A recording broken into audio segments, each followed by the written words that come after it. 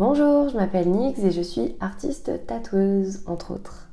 Je pratique le tatouage intuitif et j'organise des ateliers de bien-être avec une approche holistique. Ma vocation, c'est de vous accompagner dans votre découverte de vous-même, de vous faire découvrir ou approfondir des outils ésotériques pour vous y aider et de vous guider dans ce long chemin de l'amour de soi. Bienvenue! Alors avant de commencer cette vidéo sur la méditation, je vous invite bien sûr à vous abonner et à activer la petite cloche parce qu'en plus d'être un super encouragement pour moi, ça vous permet d'avoir la notification la prochaine fois que je posterai quelque chose. Et évidemment, si vous avez apprécié cette vidéo, un petit j'aime, ça fait toujours plaisir. Alors qu'est-ce que la méditation ? C'est une pratique d'entraînement de son esprit, de son mental, afin de se libérer des pensées négatives.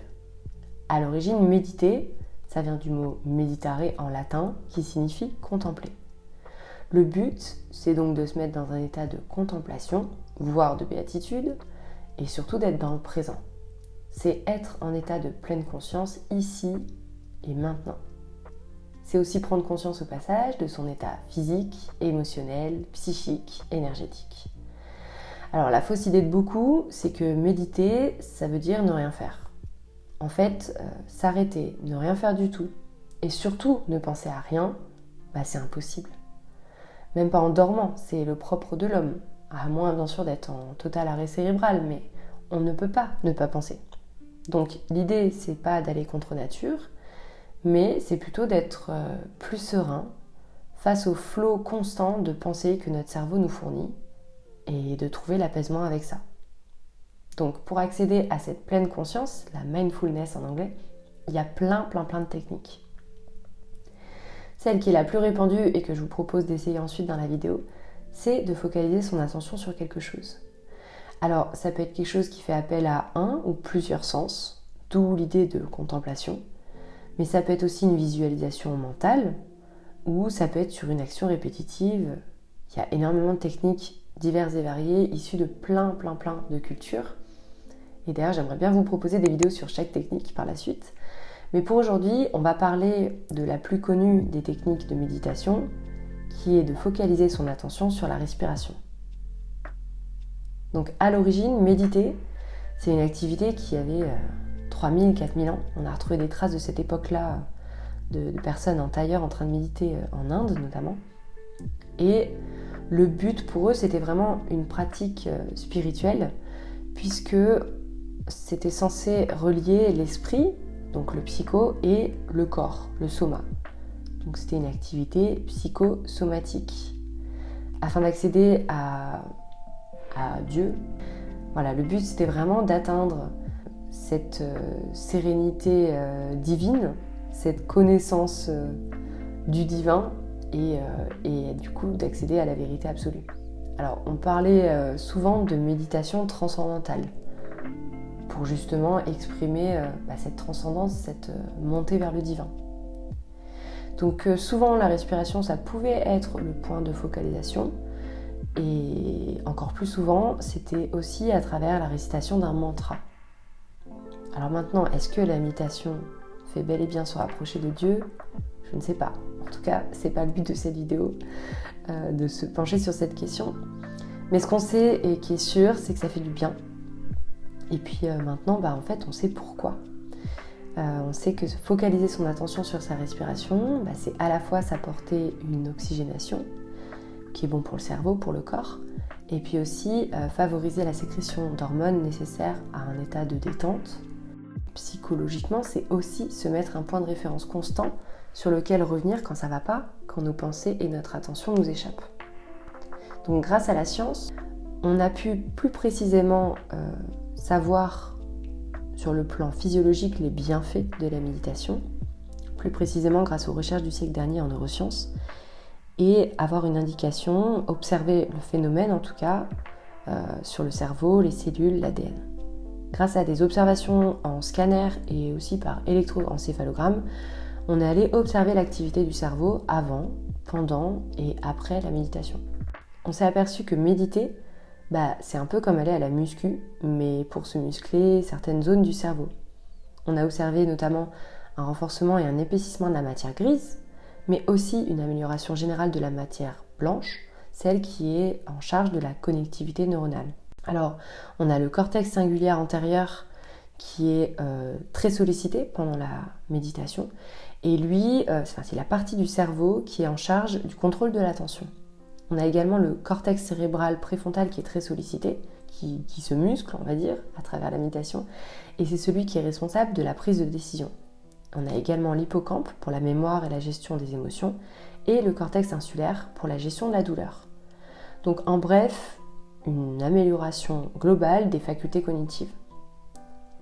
En plus, actuellement, il y a beaucoup d'études qui tendent à prouver que cette amélioration de l'activité cérébrale, elle a un impact positif sur l'épigénétique, donc sur notre santé cellulaire, ce qui paraît plutôt logique puisque si notre activité neuronale est favorable à une activité hormonale positive, on va également améliorer notre système immunitaire.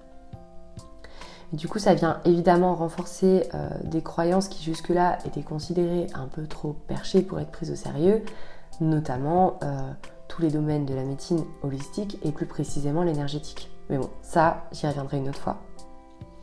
Donc la focalisation de l'attention sur sa respiration, ça a un effet impactant certes sur notre système neuronal, notre système endocrinien, celui qui est responsable des hormones. Du coup, ça a un impact sur notre fonction des organes, forcément. Et c'est encore plus le cas dans ce type de méditation basée sur la respiration, comme la méthode Wim Hof, Breathwork ou la respiration en cohérence cardiaque, puisqu'on va presque faire dans certaines de l'hyperventilation. Et ça va vraiment activer tout ce système neuronal, hormonal, immunitaire. Vous l'aurez compris, la méditation, ça fait du bien. Donc, sans plus attendre, c'est parti pour une petite méditation de 5 minutes à faire tous les jours, sans modération, autant de fois que vous voulez, pour avoir un cerveau bien galbé, bien musclé. Alors, c'est parti pour une petite méditation de 5 minutes, pas plus. On va vraiment commencer par le B.A.B.A, c'est la base de la méditation et c'est l'exercice où on se focus sur la respiration. En l'occurrence, on va faire une respiration qu'on appelle en cohérence cardiaque. Et la cohérence cardiaque, en fait, c'est un concept issu de recherches en neurocardiologie dans les années 90 aux États-Unis. Et ça a été importé en France par le docteur Servan-Schreiber. Le but, c'est d'avoir vraiment le rythme de respiration qui est parfaitement adapté à une activité saine au niveau du cœur et du système nerveux. Et son efficacité n'est plus à prouver en termes de gestion du stress, prévention des maladies cardiovasculaires, traitement de l'anxiété, etc. Donc cette méditation, cet exercice de respiration, il dure 5 minutes. Et en fait, on va faire des boucles. On va faire 5 secondes d'inspiration et 5 secondes d'expiration. Et on va faire ça comme ça en boucle. L'idée, c'est d'éviter de retenir votre souffle à l'inspiration ou à l'expiration. C'est vraiment d'avoir un mouvement respiratoire le plus fluide possible. Pour ce faire, je vais vous guider avec des outils. Vous avez 2 options. Soit vous préférez le faire vraiment en audio. À ce moment-là, je vous invite à poser le téléphone, à poser l'ordinateur, à vraiment délaisser l'écran, à vous installer et éventuellement à mettre des écouteurs pour une meilleure expérience. Vous allez voir, en fait, je vais vous donner des petits outils.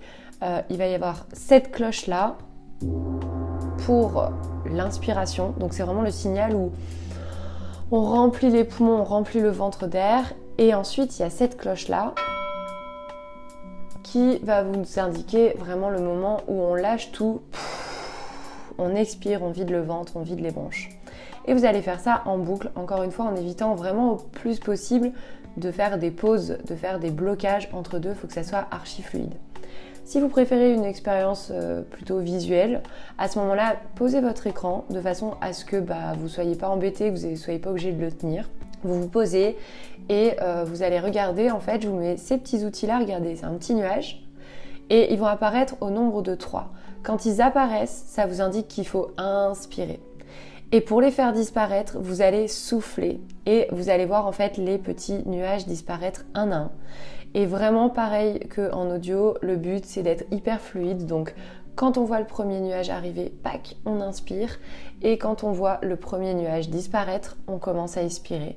Et ce, en évitant les petites pauses, les blocages entre deux. Commencez par une grande inspiration et une grande expiration à votre rythme. Installez-vous Et dès que la cloche et les nuages partent, c'est parti.